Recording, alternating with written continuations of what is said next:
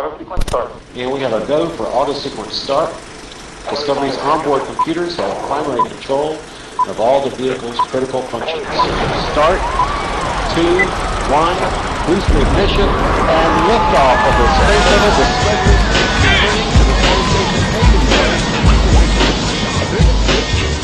Welcome to the Launchpad. I'm your host, Harry Washington, and the Launchpad is sponsored by Pursuing a Dream Corporation. Pursuing a Dream Corporation is a nonprofit organization that encourages students to pursue degrees and careers in areas of science, technology, engineering, and math. Today's segment is focusing on STEM, and particularly STEM programs that are making a difference. The guest that we have today is Dr. James Turner of the Percy Julian Institute. Welcome to the show, Dr. Turner. Thank you very much, and let me thank you both for having me here, and also thank you for the work that Pursuing the Dream is having such a great impact in our community. Thank you. Well, thank you. Now, the Percy Julian Institute, tell us a little about it. Well, first of all, we are an organ of the Daniel Alexander Payne Community Development Corporation. Okay. That's the outreach arm of Metropolitan AME Church in downtown Washington. There are 6 major programs that the Daniel Alexander Payne CDC has. There's an arts, culture, and history program, and they had a very successful event last Sunday at the Sumner School in Washington. Health is another area, and last Sunday we were participating in Organ Donor Sabbath. There's also financial empowerment, and on December 7th, there's going to be a program at the church to talk about money-wise, and also we have a program in recidivism education, and first of all, to help people get through their GED exams, and secondly, to intervene into that pipeline to prison. Yes. And to stop it. And find a community engagement where we bring prominent speakers to the community. For example, Reverend Al Sharpton was here recently, and also Vernon Jordan. And then the Percy Julian Institute, which contains our STEM programs. Now let's talk about the Percy Julian Institute. Who exactly was Percy Julian? Well, Percy Julian was a very famous black chemist who did a lot of his work for Glidden Corporation back in the 40s and 50s. He was one of the first African Americans into the National Academy of Science, and had several patents. And again, was quite well known and did excellent work, and again was a pioneer. Okay. In many ways. Now, in terms of you're also a pioneer, tell the audience a little bit about your background. Well, I'm a physicist. I was born in Washington. I went to Gonzaga High School, went to Johns Hopkins for undergrad school and got a degree in physics, and then went to MIT for graduate school, and that's where I got my PhD in physics. I taught at a couple of HBCUs right out of graduate school. I taught at Southern University in Baton Rouge and also at Morehouse in Atlanta. And I came into the federal government, and I worked in the magnetic fusion energy program, did a number of things there. And then I spent 6 years being responsible for nuclear weapons safety in the Department of Energy. And during that time, the Cold War ended and the Soviet Union fell apart. And so we provided assistance to the Soviet Union to get former Soviet Union to get its nuclear weapons safe and secure. And so I led the Department of Energy's implementation of that. I spent 6 years as head of the DOE office in California that was out there at the time. And then 7 years in doing work in nuclear nonproliferation as part of DOE. I left DOE in 2007 to become Deputy Director at the National Institute of Standards and Technology. And then in 2008, I moved over to the National Oceanic and Atmospheric Administration to become the Director of the Office of International Affairs and Senior Advisor to the NOAA Administrator. And then on July 1st, I retired. Then you rest. Yes, yes. And so now I can spend more time with my wife, 5 great children, and 3 wonderful grandchildren. So then what piqued your interest in science? Well, 2 things. First of all, my father was an excellent person with science and math, and as growing up, I wanted to please him. Okay. And so that's where I put my emphasis, and then I discovered, well, gee, I like this stuff. Okay. And my mother also was a pioneer. She was a registered nurse. She was the first black public health nursing supervisor in Washington, and she and several of her colleagues back in the early 30s established a professional society for black nurses because they were segregated at the time. Right. And I think what's significant there is not only did it come in the teeth of the Depression, but also it came at a time when women only a few years earlier had been given the right to vote. Okay. But these were women that you said no to them at your peril. So now, as you've gone through many different generations, and now you're now towards the end of your professional career, then what now keeps you going? What now gives you the energy to want to work with youth, period? Well, first of all, I think there's a love for science and technology that I have that I want to pass on. Okay. I think we want to pass on those things that we love. Right. And also there's a crying need in our country for Yes. the next generation of scientists and engineers. And so we want to try to replenish that pipeline. And typically, minorities and women have been very grossly underrepresented, Yeah. and so we want to attack that problem also. What would you say attribute that problem to? We ask all the guests that, and it's very interesting to get the different opinions. What do you attribute that difference to? I think it's a number of things. One, I think there's a general malaise because I saw some statistics or saw some figures the other day from the Department of Education saying that 80% of 8th graders have no interest in Right. STEM. Right. I think also it's when I've served on scholarship committees and Right. things like that, and generally, there's an uncle, a brother, a father, a mother, a teacher who took a personal interest in a student to get them interested in science. Right. But if you don't have that, then it's difficult to sort of grasp hold of. And also to show students, there was a report by the President's Council of Advisors in Science and Technology a few years ago, and they pointed to the importance of out-of-the-classroom activities Exactly. to show students, what can you do? Okay, so if you're a physicist, what does that mean? Right. Besides some of the stereotypes, Right. but what can you do with it? And so one of the things that we try to do is to take the students to these events that we sponsor so they can see firsthand what can be done and also understand the power of science, but more importantly, understand that we have the confidence in them that they can do this.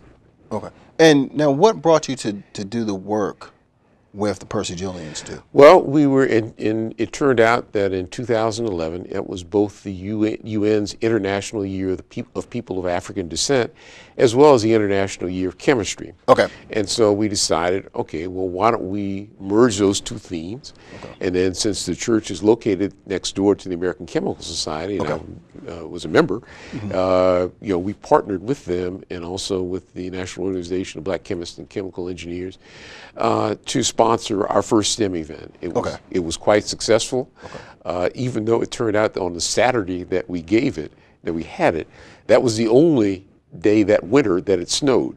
Gotcha. Okay. But we had over 100 students and parents there, and then from then, we've branched out from there. Right. Now, how long has the Percy Julian Institute been in existence? Well, the Institute has been going on since 2011, but again, we're part of the CDC, and that's been going on since the late 80s. Community Development Corporation. Yes. So now, how did is the Daniel Alexander Payne Community Development Organization, how did they begin to create this Percy Julian Institute? Well, again, it grew out of this idea that that we should be involved and not standing on the sidelines. And one of the things too that we've tried to do in these events is to engage various professional scientific organizations to partner with us. So I mentioned Novache, for example. Also, we had an event last spring at the National Oceanic and Atmospheric Administration. That's the U.S.'s other civilian space agency. They have weather and climate satellites. And so we had an event at their satellite operations facility in Suitland. And the National Society of Black Engineers was kind enough to partner with us on that. And so we've also had some great support from the National Science Teachers Association also. Excellent. Excellent. Now, what percentage of students do you serve that are minorities? Well, we have gone to a model, about a year ago we went to a different model where we really wanted to focus on a small number of schools. Okay. Middle schools, because that's where they tend to fall out of the pipeline. Right. But a small number of schools to establish long-term relationships with them. Okay. and have them, we invite them to our events. Okay. And so the schools that we selected have significant minority populations, okay. but we leave it up to the schools to select which students they want to bring to the various events that we do have. Okay. And what issues have you seen in terms of the students making that transition from middle school to high school, or even elementary to middle school? Has it been? I mean, what particularly has been the issue why students aren't interested in STEM? Well, I think it may just be the exposure issue and the confidence issue, the issue that we can do it, and also, but one of the things that we have understood too is that we don't want the event to be over when the last student leaves. We want some carryover to occur, and so often we will have events that involve specific sessions for parents, because they will get, particularly for a parent who's not in STEM, who's asking, well, my son or daughter wants to be an engineer, but I don't know what to tell them to do. And so we try to fill in some of those blanks for them. We're also very fortunate in this area to have many things like the Smithsonian, that you have free events. There's one now at the National Museum of Natural History on the genome that, again, is very well done. And so we try to work with the parents so that they can be aware of these things, so they can understand what kinds of classes the students need to take, so that by the time they're a high school senior applying to college, perhaps to go to major in a STEM field, they will know what to take. In addition, we try to work with the schools and to try to provide supplementary information to the teachers. And so, but really to get them some hands-on activities so they can actually see this is what a doctor does. This is what a pharmacist does. This is what a meteorologist does. And so, for example, earlier this week, we had a group of students over at, and I guess it's okay to say that another TV station. They're not our competitors, so that's fine. Well, Veronica Johnson, meteorologist at WRC, was kind enough to host groups of our students. And so she talked about her career, where she started, how she got interested in meteorology. Also took them, why it's important, talked to them about climate change, and then took them behind the scenes so that they could see how she actually puts on her weather broadcast. And so, again, making it real for them, having them, have a chance to see somebody who's done it, somebody who's been in their position, so that they can feel confident that they can handle this. So, what other programs does you offer? Because I know you mentioned a lot of collaborations with full programs. What other programs do you offer? Well, we have STEM focus. Well, let me just mention the activities that we've had this year. I mentioned the thing that we did at the NOAA Satellite Operations Facility, in collaboration with a group from New York who's now working in Washington, mentoring in medicine. We combined on a NASA-funded after-school activity at Howard University's Middle School of Math and Science. And we also had a grant for the American Association of Medical Colleges, and we're again partnering with Mentoring in Medicine in that. We had an event at the National Museum of Health and Medicine in October. Students got a chance to do some forensics like you do on bones and CSI. And also got some very good anatomy lessons. We were participants in the Tiger Woods Foundation STEM event, and that's where you and I met. And then I just mentioned the event with at WRC with again kindly hosted by Veronica Johnson. One of the major things for us coming up in the spring is that we're going to be a participant in the USA Science and Engineering Festival Expo that's going to be at the Convention Center the last weekend in April. And so we're very pleased and happy to be able to do that. Now, overall, what is the goal for the Percy Julian Institute? What do they want students to gain from this? Well, first of all, we want them to gain an appreciation for STEM. And if there are some fears, we want to get rid of those fears. We want them to understand why it's important, and we want them to see that, yes, people like you can do it. And so, you know, I was at a school in Manassas a few days ago, and I showed a couple of YouTube videos, one that dealt with the Hispanic Scientist of the Year in 2012, and it talked about you know, how students, you know, the age of these middle school students, how they were there, and how some of these people, you know, were able to become very successful leaders in their fields. And then also showed a clip on something called the Science Cheerleaders. These are women who were cheerleaders for NFL and NBA teams who had degrees in science. In fact, there was one lady in particular from a Washington football team who had a degree in biology, and then she went on to go to Georgetown Law School, became a patent attorney. Then she decided to go to med school and went into surgery, got certified in surgery. Now she's an emergency room surgeon in Houston. So these are what scientists do. I mean, people, you know, you don't have, there's no certain look to a scientist, and certainly there are opportunities, and also, you know, some scientists are actually cool. But now, how do you reach that student that probably is having those anxieties? Because all those things are great, that, you know, showing that other people have done this, and science is cool. But what other ways do you deal with it? Well, you know, I remember back when, you know, one of the first teaching assignments I had, there was a young lady who was terrified. Her rosy scenario would have been to get a D-. That was her best case. Well, it turned out you know, and I believe in giving students what they deserve. So if everybody deserves an A, everybody gets an A. If everybody deserves an F, everybody gets an F. And so that was my philosophy. But first semester she got a C, and she earned it. Second semester, she did very well on the first test and ended up with an A. And so it was just getting over that hump, because it was the same person. You know, she didn't get smarter during the year, but it was a matter now of confidence and seeing herself on a pathway to success. And so similarly with these students, exposing them to get them motivated, to see why it's important, and then to get them, you know, to get their confidence so that, you know, they can, again, see that pathway to success for themselves. What type of students do you get? Do you get A, B students, C? Well, some of the schools, again, we leave it up to the schools. Some of the schools, you know, for example, bring, you know, some of their A students.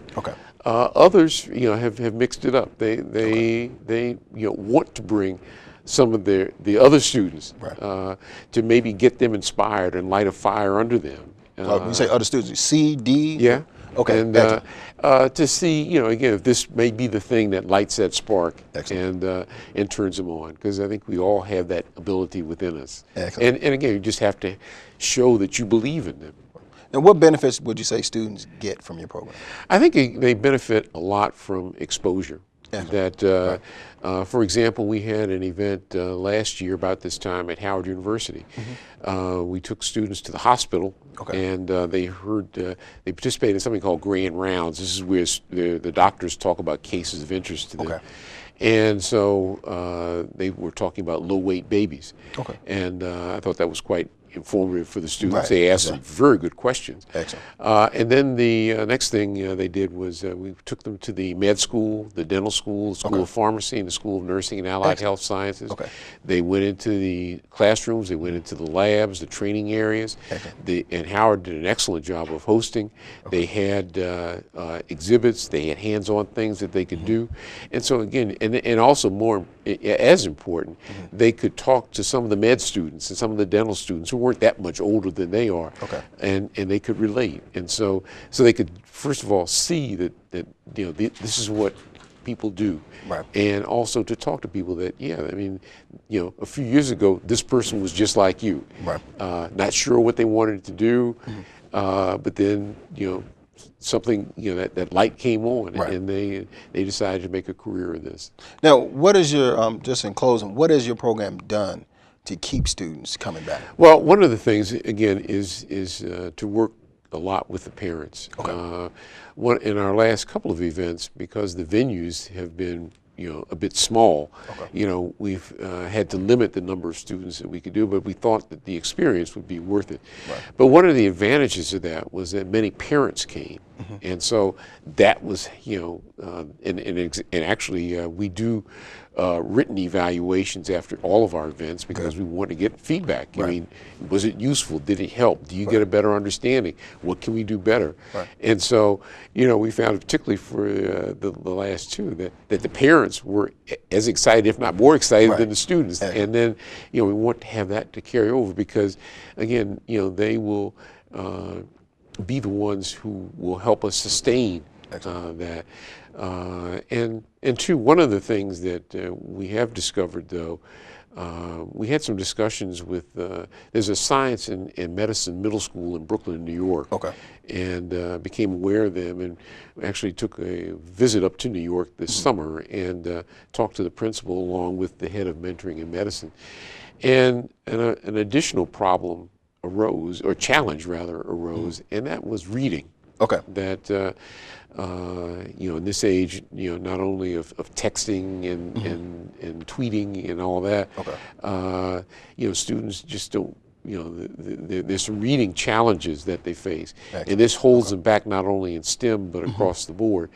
And so we are trying to see if there's a way that we can attack that issue too, because again, it will hold students back across the board. Exactly. And so, and in talking to some of the principals and science coordinators at the schools, they have said yes, that is a concern for them. Right. And so again, we want to work with the schools and the students to again try to overcome those challenges, so that to quote the Army, they can be all that they can be. Right.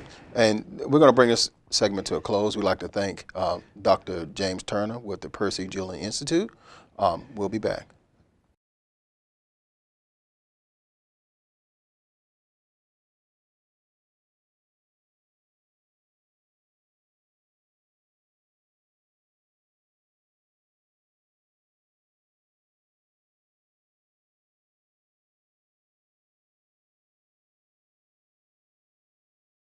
Association of Pharmaceutical Scientists.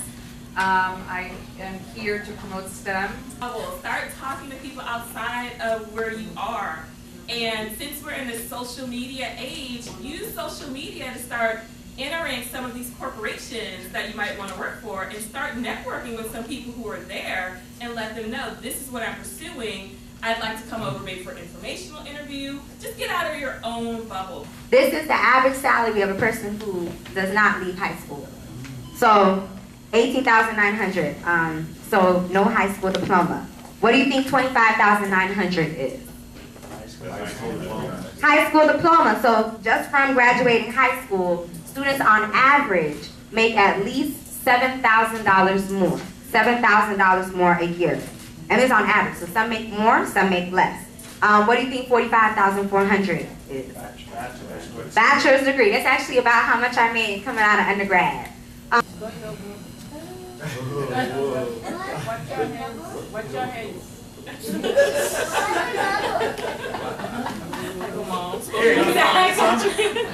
I'm here to talk about financial resources. Now, when we talk about financial resources, we're talking about what? Money. That you need to start planning for how you're going to pay for college. If you haven't already, then you need to start right away. Where I see outside scholarships the most, it would be freshmen coming in.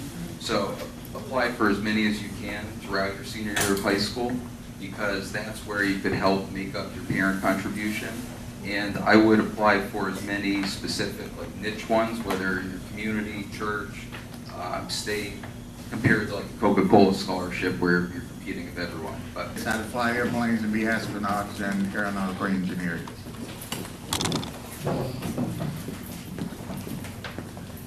And I'm Dr. Stone, computer science professor at Bowie State University. Amos Drummond, pharmacist, independent contractor. I'm an Iranian statistician with CDC and CDC ambassador. Ron Tresvant, an independent telecommunications infrastructure engineer. My name is Whitney Barfield. I'm a research associate at Children's National Medical Center with work related towards genetic medicine and targeted therapeutics for muscular dystrophies.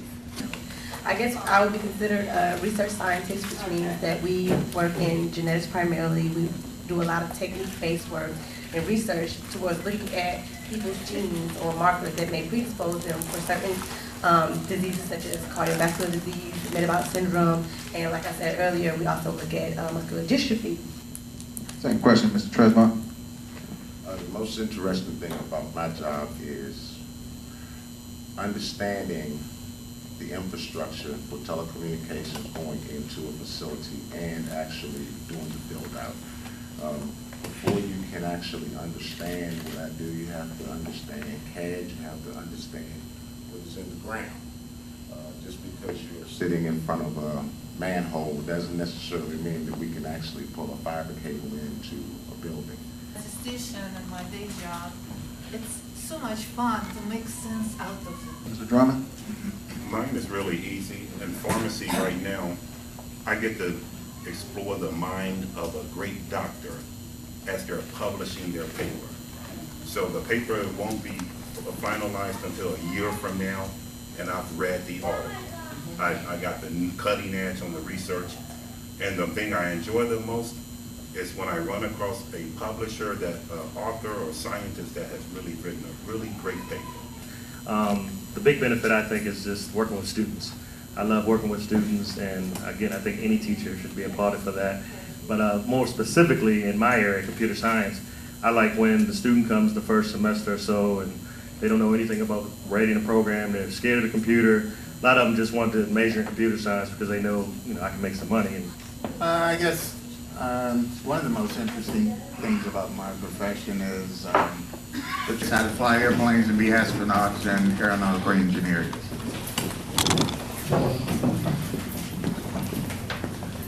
And I'm Dr. Stone, computer science professor at Bowie State University. Mr. Drummond, pharmacist, independent contractor. I'm an agrarian statistician with CDC and CDC investor. Ron Tresvant, an independent telecommunications infrastructure engineer. My name is Whitney Barfield. I'm a research associate at Children's National Medical Center with work related towards genetic medicine and targeted therapeutics for muscular dystrophy. My name is Whitney Barfield. I'm a research associate at Children's National Medical Center with work related towards genetic medicine and targeted therapeutics for muscular dystrophy. What's the most interesting aspect about your job? The most interesting aspect about, so we'll start with what I do.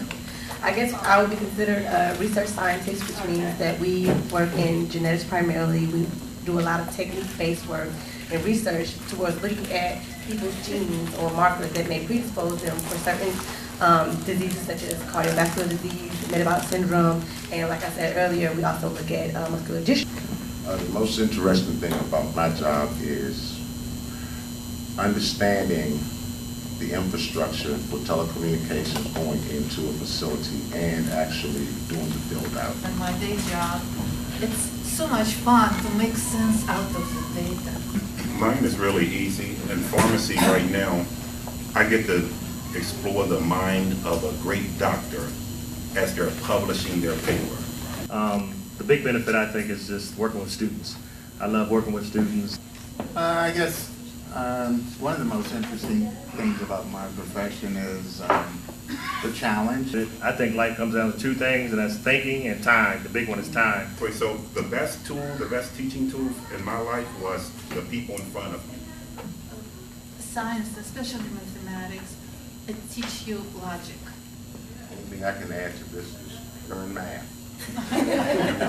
Learn math.